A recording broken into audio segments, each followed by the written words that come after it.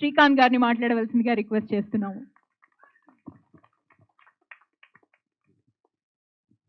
అందరికీ నమస్కారం.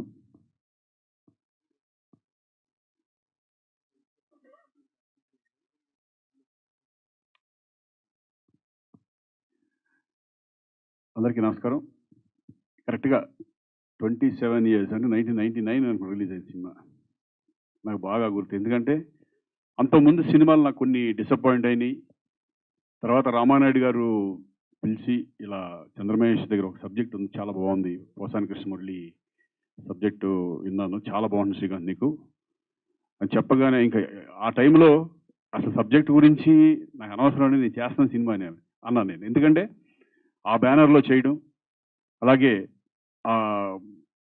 సురేష్ గెస్ట్ హౌస్లో అనుకుంటా ఫస్ట్ టైం నేను వీళ్ళతో కలిసి నేను ఒక సబ్జెక్ట్ విన్నప్పుడు నిజంగా అదృష్టంగా ఫీల్ అయ్యాను. ఆ టైంలో నాకు ఇటువంటి సబ్జెక్ట్ రావడం అనేది కెరీర్కి చాలా హెల్ప్ అయింది నాకు. ఆ ఫిలిం అంటే కాన్ఫిడెన్స్ పెరిగింది పర్ఫార్మెన్స్ వైజ్లో కూడా. అప్పటి వరకు కొన్ని సినిమాలు చేసినా కూడా ప్రేయస్ రావి అనేది నాకు నా సినిమా కెరియర్లో one of the best movie. చాలా సినిమాల్లో ఇదొక మైలురాగా మెలిసిపోతుంది. ఎందుకంటే ఇప్పుడు కూడా టీవీలో వస్తూ ఉంటే చాలామంది ఫోన్లు చేసి మేము లాస్ట్ క్లైమాక్స్ చాలా ఫీల్ అయ్యాము, కళ్ళం నీళ్ళు వచ్చినాయి అని చెప్పడం. దానికి ఆర్టిస్టులు, ఆ సినిమాలో నటించిన ఆర్టిస్టులు ఎస్పెషలీ పృథ్వీ వండర్ఫుల్. ఎందుకంటే చాలా మంచి ఆర్టిస్ట్ ఆయన నేను కలిసి చాలా సినిమాల్లో పంచదార చిలక కూడా చాలా పెద్ద క్యారెక్టర్ చేశారు ఇద్దరు కలిసి.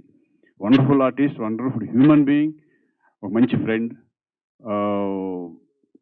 అలాగే మా బావ శివాజీ.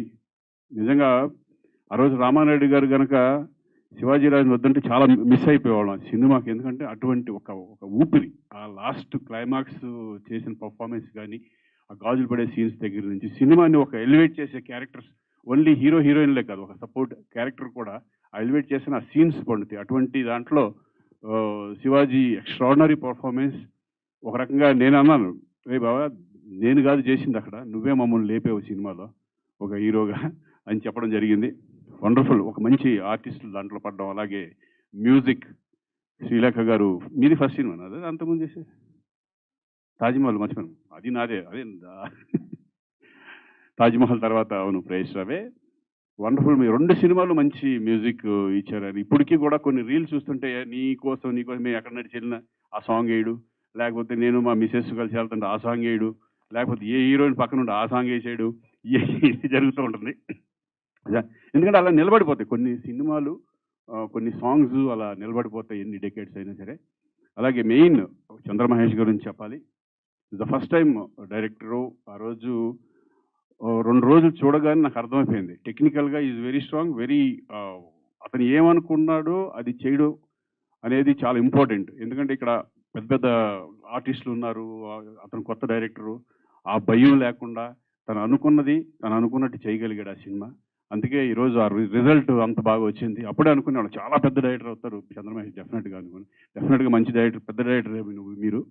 ఎందుకంటే మహేష్ మధ్యలో కొన్ని గ్యాప్ వచ్చినా సరే ఈ సినిమా సరే, ప్రేయస్ రావి అనేది గతం, ఇప్పుడు మళ్ళీ నీ కెరియర్ మంచి ఇదిలో సెకండ్ ఇన్నింగ్ స్టార్ట్ అవ్వాలని నేను మనస్ఫూర్తిగా కోరుకుంటున్నాను. ఈ పిఠాపురంలో అలా మొదలైంది నాకు కొంచెం, మొన్న వచ్చినప్పుడు నాకు కొంచెం లైన్గా చెప్పారు ఎలా ఉంటుంది, ఎలా ఉండబోతుంది అనేది. అంటే ఒక పేరెంట్స్కి ఒక పిల్లలకి మధ్య ఎటువంటి ఒక స్ట్రిక్ట్గా ఉన్న ఫాదరు, అలాగే విచ్చలవిడిగా అంటే డబ్బు ఖర్చు పెట్టేసి పిల్లలకి ఎలా అయిపోతుంది, అట్లా ఒక 3 ఫ్యామిలీస్ని ఒక పిల్లలు ఎలా ఉండకూడదు, ఎలా పెంచాలి, ఎలా పెంచకూడదు అనే కాన్సెప్ట్ తీసుకొని చేసింది. చాలా బాగా నచ్చింది అది. ఎందుకంటే ఇప్పుడున్న జనరేషన్స్ చూడాల్సిన సినిమా, ఫాదర్ అండ్ మదర్ అదే పేరెంట్స్ కూడా ఈ సినిమా చూడాలి. ఎందుకంటే పిల్లలకి ఎలా ఇష్టమైతే వాళ్ళు ఏ దాంట్లో ఇష్టమైతే దాంట్లో పంపించాలి అనే కాన్సెప్ట్ అనేది చాలా బాగుంటుంది. సో డెఫినెట్గా ఈ సినిమా మంచి విజయం సాధించాలని నేను మనస్ఫూర్తిగా కోరుకున్నాను. ఎందుకంటే ఒక మంచి కంటెంట్ ఉన్న సినిమా డెఫినెట్గా ప్రేక్షకులు ఆదరిస్తారు. నేను మళ్ళీ చాలా రోజుల తర్వాత మళ్ళీ నువ్వు నా దగ్గర రావడం, నేను రావడం, మళ్ళీ ఇంకో సినిమా చేద్దాం. ప్రేయస్ రావి 2 అని కాదు కానీ, ఎందుకంటే that is land mark film అది నాకు తెలిసి. ఎందుకంటే ఒక ఫిలిం, ఆ ఫిలిం మళ్ళీ ప్రేయస్ రావి 2లు 3లు అనేది నాకు ఎందుకు కానీ, మళ్ళీ మనం ఒక సినిమా ప్రేయస్ రావి కంటే గొప్ప సినిమా చేద్దాం అనుకుంటున్నాను నేను. నువ్వు ప్రేయస్ రావి 2 అనుకున్నావా? నేను చనిపోయాను కదా, నేను 2 ఎట్లా చేస్తావు? దాంట్లో ఏ ప్రభు అంతే కదా, దాంట్లో చనిపోయాను కదా, 2 ఎలా వస్తుంది? పెళ్ళే చేసుకోలేదు, కొడుకు ఎక్కడ వస్తాడు రా?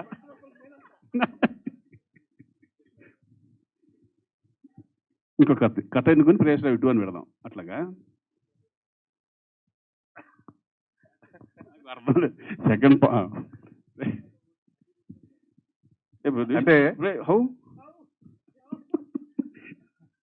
అలా కాదు సార్, ప్రేయస్ రవేలో ఏంటంటే మిమ్మల్ని డబ్బు సంపాదించుకుని రమ్మని చెప్తాడు ఫాదరు, హీరోయిన్ ఫాదర్. మీరు వెళ్ళే చిలుపులో ఆయన పెళ్లి చేస్తాడు. పెళ్లి చేసిన తర్వాత రకరకాల ట్విస్టులు అండి. ఇక్కడి నుంచి వేరే ఇంకో కోణంలో అయితే ఎలా ఉంటుంది అని అలా స్టార్ట్ అవుతుంది సార్. మనం రేపు కూర్చొని అదే. సో వండర్ఫుల్, డెఫినెట్గా మంచి మళ్ళీ నాకు ఎప్పుడూ అనుకునేవాడు మధ్య మధ్యలో, ఇంటికి మళ్ళీ చంద్రమహేష్ మళ్ళీ మంచి సబ్జెక్ట్ తీసుకుని మనం చేయించుకోవాలి. ఎందుకంటే ప్రేయస్ రవి తర్వాత ఎప్పుడైతే ఒక ఫిల్మ్ హిట్ అయిందో మళ్ళీ అదే డైరెక్టర్ కాంబినేషన్ అయితే కనుక చాలా బాగా రిసీవ్ చేసుకుంటారు ఆడియన్స్, అండ్ పబ్లిసిటీ కూడా బాగుంటుంది అనేది నా కాన్సెప్ట్. మళ్ళీ డెఫినెట్గా చంద్రమహేష్తో నాకు అంటే ఇప్పుడున్న మా దీనికి మంచి కంటెంట్ ఫిల్మ్ మంచి కాన్సెప్ట్తో చేస్తే బాగుంటుందని నాకు అనిపిస్తుంది. డెఫినెట్గా నేను చేస్తాను, మనం చేద్దాం. ఇది కాక చెప్పురా. I want to make a special congratulations to you for your son got the jury award as the best actor. నిన్న జూరీ అవార్డ్స్ లో అక్కడ తను వచ్చేసి ఆంధ్ర హృతిక్ రోషన్ ఎంత అద్భుతంగా ఉంటాడు, ఎంత గొప్ప పర్ఫార్మెన్స్ చేశాడంటే సినిమాలో, ఛాంపియన్ సినిమాలో. ఆ సినిమాకి గాను తనకు జూరీ అవార్డు వచ్చింది. ఈయన మాత్రం హీరోగా ఇలాగ కంటిన్యూ అవుతూనే ఉన్నాడు, బట్ కొడుకు కూడా హీరోగా టర్న్ అవ్వటం అనేటువంటిది వండర్ఫుల్ చేశారు. తను ఎంత అద్భుతమైన కెరీర్ కొనసాగించాడో 30 సంవత్సరాలుగా. మీ అందరికీ ఒక విషయం చెబుతున్నాం, మీకు మన మహానటులు రామారావు గారు, చిరంజీవి గారు, కృష్ణ గారు వీళ్ళ ఆదర్శం కానవసరం లేదు. మీ జనరేషన్కి చాలా దగ్గరగా ఉన్నటువంటి హీరో. డిసిప్లిన్ అంటే ఏంటి, పద్ధతి అంటే ఏంటి, సినిమా అంటే ఏంటి, రెస్పెక్ట్, వర్క్ పట్ల రెస్పెక్ట్ ఏంటి అనేటువంటిది you can learn from him, you can take it. అలాంటి హీరో పరంగా మీ అబ్బాయి పరంగా కంగ్రాచులేట్ చేద్దామని తీసుకున్నాం. థ్యాంక్ యూ ప్రభు.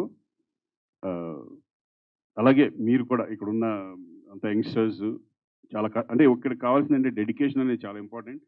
ఇప్పుడు మనం ఇండస్ట్రీలో ఎలా ఉండాలి, మన నడవడిక ఏంటి, మన ఇదేంటి అనేది డెఫినెట్గా ప్రతిదీ కూడా అబ్జర్వేషన్ ఇప్పుడు ఎక్కువ ఉంటుంది, ఎందుకంటే ఇవన్నీ వచ్చినాయి కాబట్టి. సో డెడికేషన్, హార్డ్ వర్క్ అనేది చాలా ఇంపార్టెంట్. సక్సెస్ ఫెయిల్యూర్స్ వస్తూ ఉంటాయి, ఫెయిల్యూర్స్ వచ్చినప్పుడు బాధపడక్కర్లేదు. దాని సక్సెస్ గురించి వెయిట్ చేయడమే మెయిన్ ఇంపార్టెంట్. ఆ గట్స్ ఉండాలి, ఆ ధైర్యం ఉండాలి. సక్సెస్ ఆటోమేటిక్గా అదే వస్తుందని నా నమ్మకం. So I'm very happy. Thank you పిలిచినందుకు. మళ్ళీ ఈ పిఠాపురంలో అలా మొదలైన ఫిలిము మంచి సక్సెస్ అవ్వాలని మనస్ఫూర్తిగా కోరుకుంటున్నాను. All the best entire team and entire crew. All the best. Thank you.